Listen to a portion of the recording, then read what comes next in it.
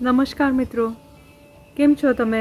આપણે આ ચેનલ ઉપર પોસ્ટ કરેલી પાછલી પોસ્ટ્સમાં ટૉપિક્સ તમે જોયા જ હશે કે આપણે વાત કરી છે સેન્ટરિંગ મેડિટેશન ઉપર, મૂળભૂત બાબતોનું મહત્ત્વ, એટલે કે બેસિક્સ, આપણી રોજિંદાની આદતોનું મહત્ત્વ, કે તમને આપણે આજે મેડિટેશન જે છે એ ખરેખર એનો અર્થ, એ શબ્દનો અર્થ શું છે અને શા માટે એ આપણે રોજે રોજ ખાઈએ પીએ એ રીતે આપણી ડેલી રૂટીનમાં એ શા માટે આટલું જરૂરી છે, એ બધી બાબતોના આપણે વિડીયોઝ જોયા જ હશે.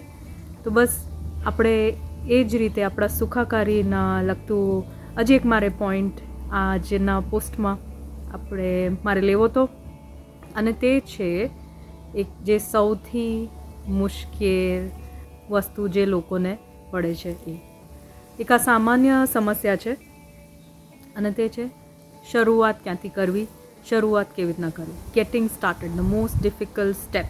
આ એક વસ્તુ છે જે સૌથી પહેલું જે પગલું જે લોકોને બહુ જ મુશ્કેલ પડે છે. When it comes to their well-being and exercises for their well-being, the routine for their well-being. એટલે એનો જોવામાં આવ્યું છે કે ઘણીવાર લોકો કહે છે કે ભાઈ મારે આ કરવું તો છે, મારે મારા સુખાકારી માટેની એક્સરસાઇઝીસ કરવી છે, મારે ધ્યાન શીખવું છે, મારે યોગ શીખવો છે, પરંતુ મારે આ મારી બધી કમિટમેન્ટ્સ છે, મારે સ્કેડ્યુલમાં મને પ્રોબ્લેમ પડે છે, કે એ લોકોની કાંઈક નહીં તો કાંઈક એવી સમસ્યા એવી એ લોકો પાસે હોય છે, જેના કારણે તે લોકો પોતાની રોજિંદાની હેબિટ્સને જોઈને એ લોકો ધ્યાનને શીખવું બી હોય એ લોકોને, તો એ લોકો શરૂઆત કરી નથી શકતા. એટલે they feel hesitation and they are not able to break the inertia to get started on their journey of wellbeing. Okay, તો હવે આપણે એમાં જે સૌથી મોટો, હવે એક વસ્તુ કહું, મોટો મુદ્દો એ છે કે આપણી એક આંતરિક જે આળસ હોય એ આપણે કાઢવાની હોય. ઓકે, અને એ એક મોટી વસ્તુ છે, આપણે જોઈ નથી શકતા. ઓકે, પણ આપણને અસર ઘણી કરે છે. આપણને એમ થાય કે કોઈ બી બદલાવ આપણે લાવવાની ટ્રાય કરતા હોય તો always it is a bit harder. Okay, તો હવે એમાં આપણે સોલ્યુશન શું, આપણે એમાં શું ઉકેલ એવો કરવો કે જેનાથી આપણને પ્રોત્સાહન મળે કે આપણે આપણી સુખાકારી તરફ વધવા માટે આપણે ક્રિયાઓ જે શીખવાની હોય એ આપણે શીખવા માટે આપણને પ્રોત્સાહન મળે, મોટિવેશન મળે, અને આપણે તે જર્ની ઉપર આપણે જઈ શકીએ. ઓકે, તે રસ્તા ઉપર આપણે ચાલવાની આપણને ઇન્સ્પિરેશન આપણને મળી શકે, અને વી કેન ગેટ સ્ટાર્ટેડ, આપણે શરૂઆત કરી શકીએ. એમાં સૌથી પહેલો પોઈન્ટ એ છે કે આપણે નાના ડગલાને પગલાં લેવા. Okay, take small steps. Okay, અને બીજો પોઈન્ટ એ છે કે wherever you are, you start over there.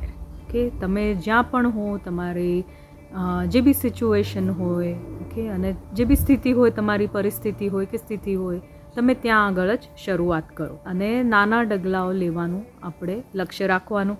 Okay, કોઈ બી આપણે ગાડી સ્ટાર્ટ કરીએ તો 0થી લઈને સીધી 100 સુધી તો નથી પહોંચતી. ઓકે, એના વચ્ચે ઘણા બધા ડગલાં પગલાં ને સ્ટેપ્સ અને નંબર્સ હોય છે.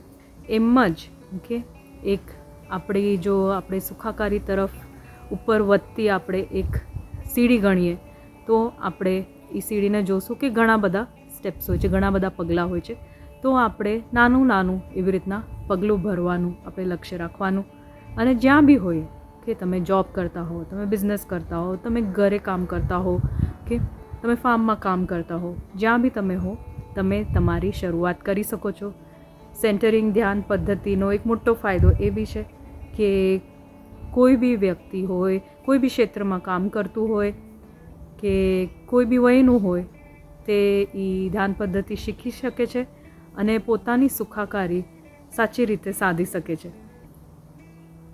તો તમે બી કે આંતરિક કોઈ બી આળસ તમારે ઓવરકમ કરવી હોય, કાં તો ઓછી કરવી હોય, એનાથી ઉપર ઉઠવું હોય, તો તમારે બસ તે સૌથી મુશ્કેલ અને સૌથી મોટું ને સૌથી મહત્ત્વપૂર્ણ જે પગલું છે, જે પહેલું પગલું છે, તે લેવાની જરૂર છે. અને તે નાના ડગલાં ભરીને અને જ્યાં બી તમે હો ત્યાં સરળતાથી તમે શરૂઆત કરીને તમે તમારી જર્ની જે છે એ સ્ટાર્ટ કરી શકો છો.